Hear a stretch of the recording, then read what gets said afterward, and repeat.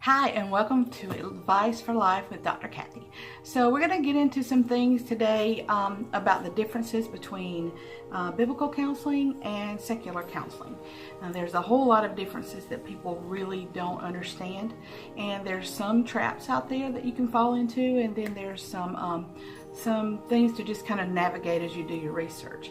Okay, so one thing I want to talk about is the myth regarding biblical counseling as far as education, what we have to go through, how we have to make sure that we are still abiding by the laws and the ethics and everything that we are supposed to do as counselors, okay?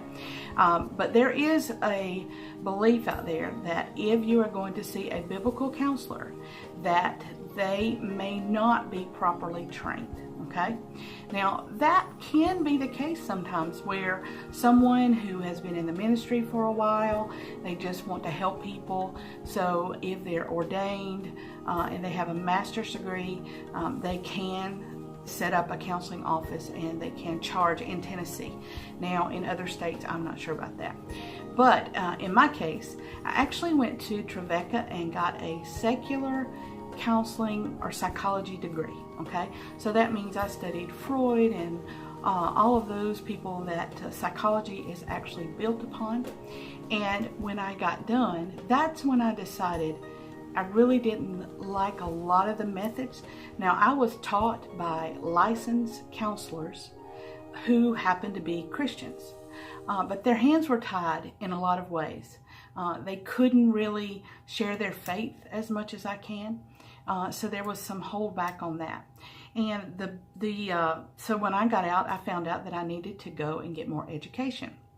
I actually had to get more education to be a licensed clinical pastoral counselor than others that I went to school with. So it is much more difficult if you're going to do it the right way. That's the thing. There are shortcuts, so you want to do your homework. If someone has their PhD, that means they even went further than seminary. So that's what I decided to do. I wanted to be the best that I could be. So the good thing about us here at Beautifully Broken Counseling is that we are trained in the Bible and trained in secular psychology. We know both modalities. We know how they work. We understand the DSM and the diagnosis process, what that means, what that looks like. But we also know that there is a great deal of hope in the Bible and biblical counseling. But we don't push it down your throat. When you come here, you have the choice.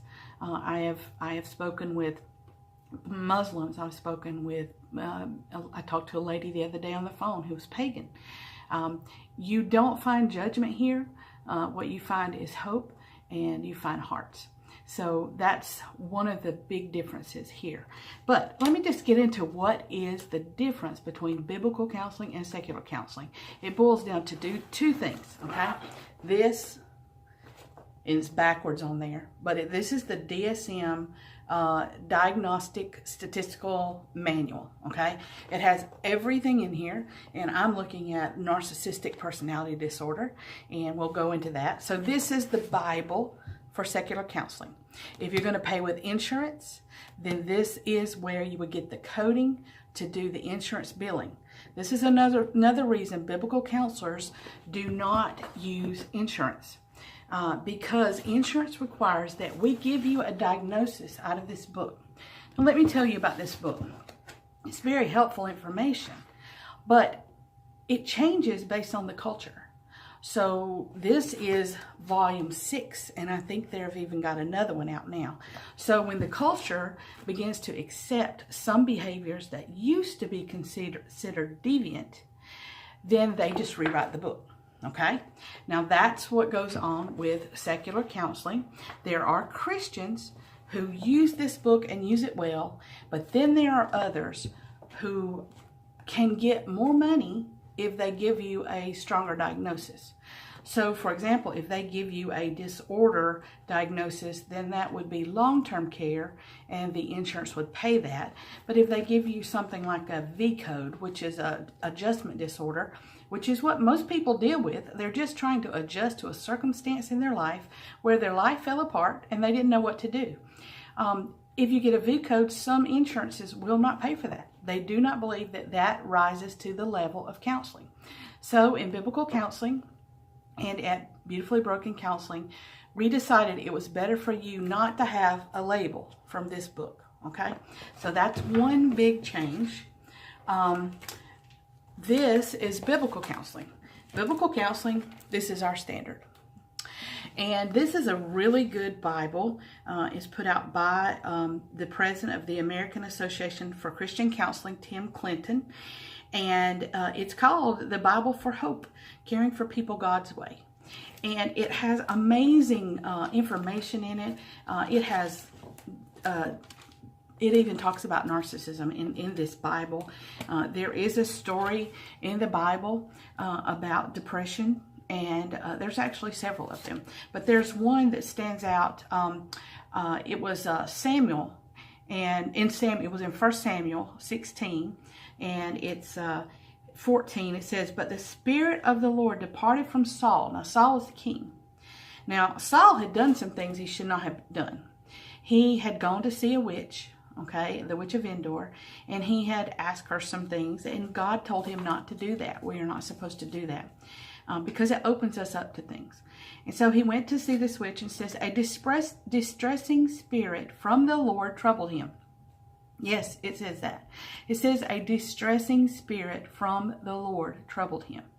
So while he is distressing, he thinks, I need to do something about this. So someone says, well, why don't you get someone who can play music well and get them to come in and help you?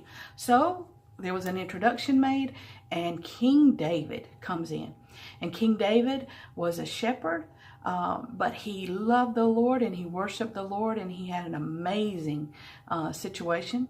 So what he did was he actually came in, he played for Saul, and Saul was relieved.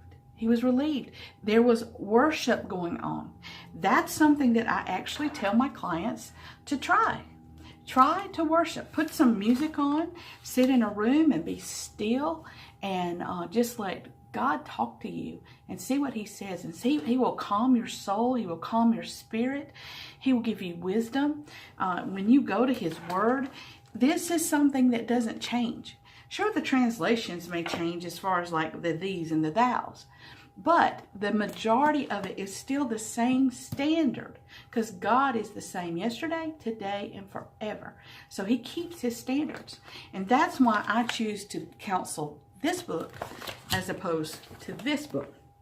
Okay? And if you have any questions about how much education it takes to actually be a biblical counselor, this is my dissertation.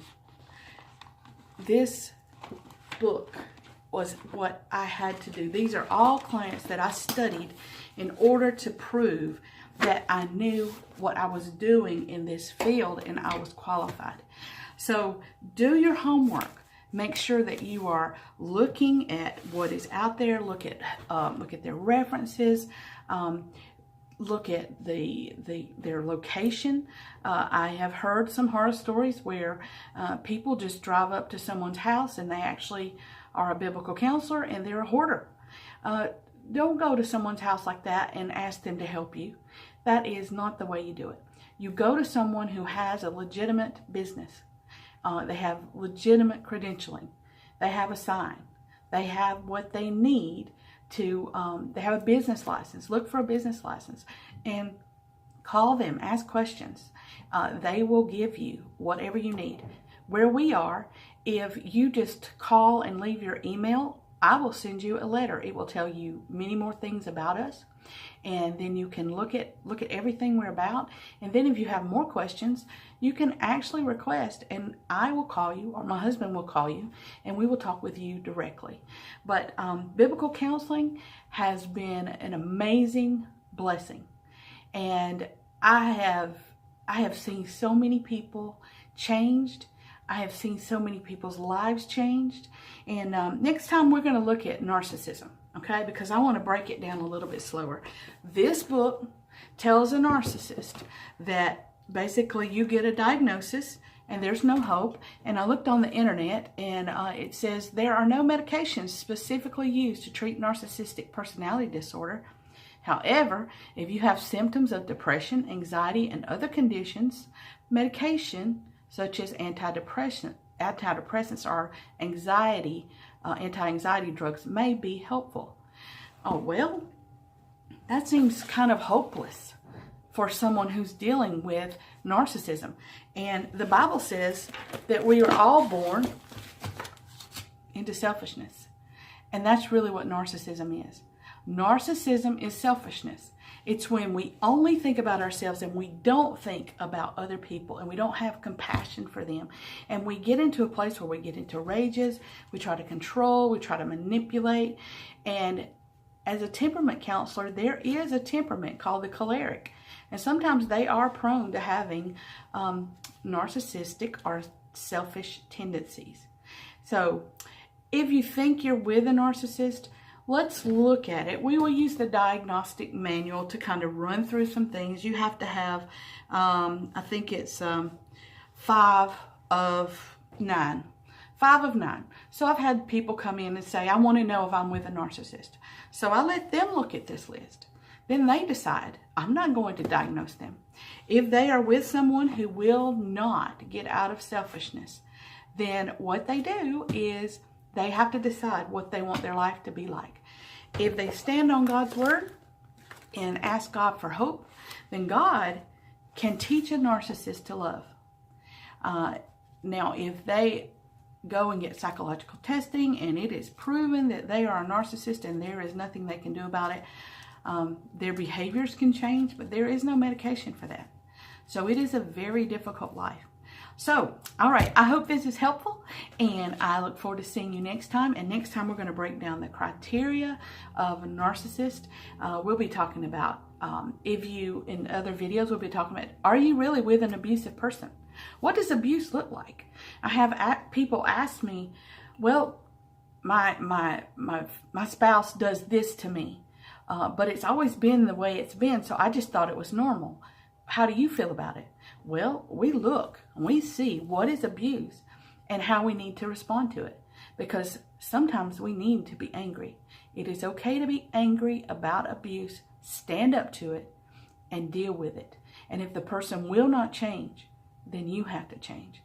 All right, so here's giving you hope, and this is Advice for Life with Dr. Cathy, and I look forward to seeing you next time, and be blessed. And if you need anything, just call us at 615-332-4389.